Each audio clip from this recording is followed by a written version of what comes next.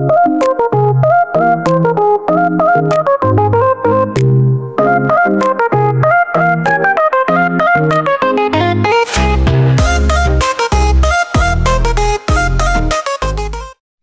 Philippines, hello Palawan, hello Balabak, hilong-hilo na ako sa iyo. For this sessions of vlog, gusto ko lang i-share sa inyo mga kaganapan namin for today's video. Kakawi lang nga namin pala galing ng Brooks Point, so nag-decide kami na mag-outing kasama ang pamilya ko. By the way, Sikam nga palang pupunta namin at ganyan karaming nakuha namin. Saan nga palang tawag din sa amin, hindi ko alam kung ano sa inyo. Charot, hanga-hanga sa umapon at kahanga naman sa ubiyan. Hello sa inyo!